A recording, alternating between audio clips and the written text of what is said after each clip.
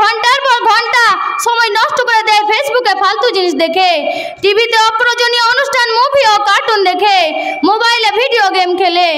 এভাবে প্রতিদিন সময় নামক অমূল্য সম্পদকে দুহাতে উড়িয়ে শেষ করে দিচ্ছে এক শ্রেণীর মানুষ। ওয়ালাইকুম রাহমাতুল্লাহ।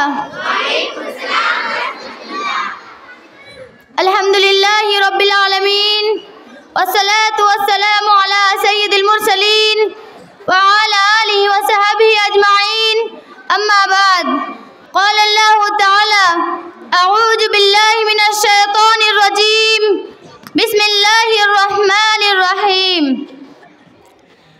আজকের এই সভার সুযোগ্য সভাপতি সাহেব, মহামান্য বিচারকগণ, সম্মানিত অতিথিবৃন্দ, মাদ্রাসা উম্মে সালমা লিল বানাতের সুদক্ষ শিক্ষক ও শিক্ষিকাগণ ও আমার সামনে বসে থাকা জ্ঞান পিপাসু বোনেরা, আমি আজকের এই বাৎসরিক প্রতিযোগিতায় যে বিষয়টি নিয়ে আলোকপাত করতে চলেছি সেটি হচ্ছে জীবনের সময়ের মূল্য। আল্লাহ যেন আমাকে বলার এবং আপনাদেরকে শোনার পর আমল করার তৌফিক দান করুন। প্রিয় শ্রোতী, আল্লাহ তাআলা মানুষকে সৃষ্টি করে সুনির্দিষ্ট একটা সময় দিয়ে পৃথিবীতে প্রেরণ করেছেন। মানুষের এই জীবন সৃষ্টির উদ্দেশ্য কি, কেনই বা এই জীবন সময় দেওয়া হয়েছে, এই মর্মে আল্লাহ তাআলা বলেন, আল্লাযী খালাকাল মাউতা ওয়াল হায়াতা লিয়াবলুয়াকুম আইয়ুকুম আহসানু আমালা ওয়া হুয়াল আজিজুল গফুর। যিনি মৃত্যু এবং জীবন সৃষ্টি করেছেন তোমাদের পরীক্ষা করার জন্য, কে তোমাদের মধ্যে আমলের দিক দিয়ে সর্বোত্তম। সূরা মুলক আয়াত নম্বর 2। আল্লাহ তাআলা অন্যত্র আরো বলেন, ওয়ামা খালাকতুল জিন্না ওয়াল ইনসা ইল্লা লিয়াবুদুন। আমি সৃষ্টি করেছি জিন ও মানুষকে এই জন্য যে তারা আমার ইবাদত করবে। সূরা জারিয়াত আয়াত নম্বর 56।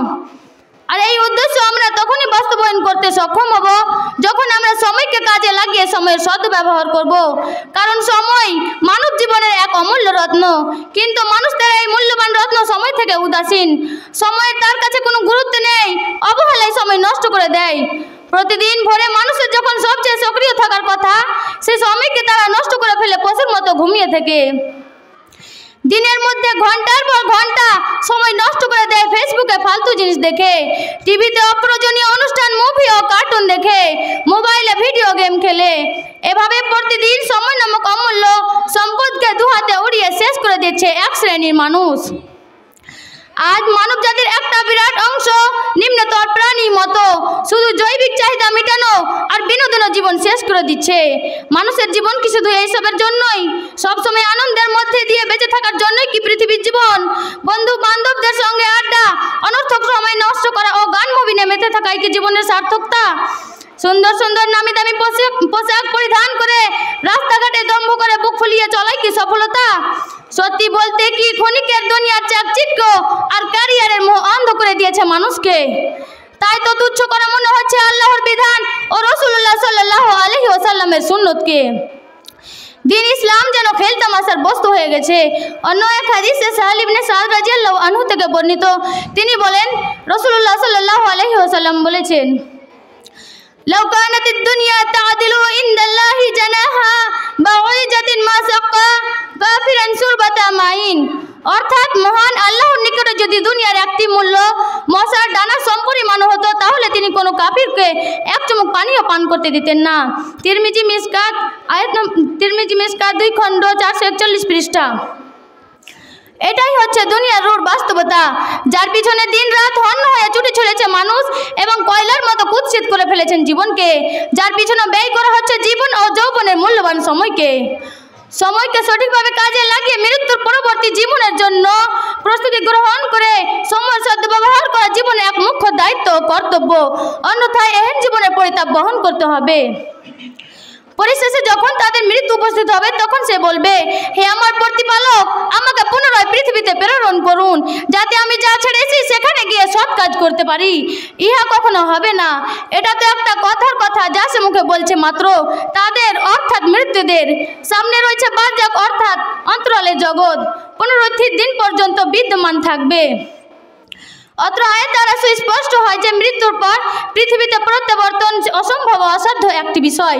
অবশ্যই কিয়ামতের দিন পাপীরা পৃথিবীতে প্রত্যাবর্তনের কামনা করবে ও গুনাহ থেকে তাওবা করতে চাইবে। তারা আল্লাহর দরবারে বলবে, অনুগ্রহ করে আমরাকে পুনরায় পৃথিবীতে ফেরত পাঠান। আমরা এখন সব কিছু বিশ্বাস করছি, সৎ কাজ করব এবং অসৎ কাজ ছেড়ে দেব। মেয়েদের সাথে অবৈধ সম্পর্ক ছিন্ন করব, মেয়েদের জীবন নিয়ে খেলবো না, সিগারেট, গাঁজা ও মদ ইত্যাদি খাবো না, বাবা অনলাইনে খারাপ জিনিস দেখবো না, গান শুনবো না ও মুভি দেখবো না, বাবা মায়ের অসম্মান করবো না, তোমার ইসলামী বিধান মেনে তোমার ইবাদত তথা দাসত্ব করব। বলা তোমার অবাধ্য হব না, বলা হবে কাল্লা, কখনো না। পরিশেষে অন্ধকার জীবনের পরিণাম হেতু জাহান্নামের শাস্তি ভোগ করবে। সুতরাং আমরা যদি এখন প্রস্তুতি ছাড়া মৃত্যুবরণ করি তাহলে কি হবে?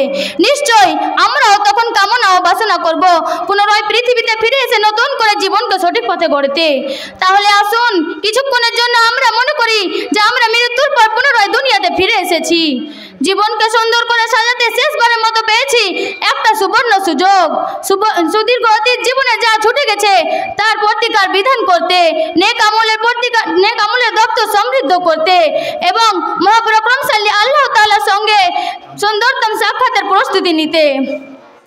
আশা করা যায় যে এই অনুভূতিকে ধারণ করতে পারলে আমাদের দ্বারা পাপ কর্ম সংগঠিত খুব কমই হবে।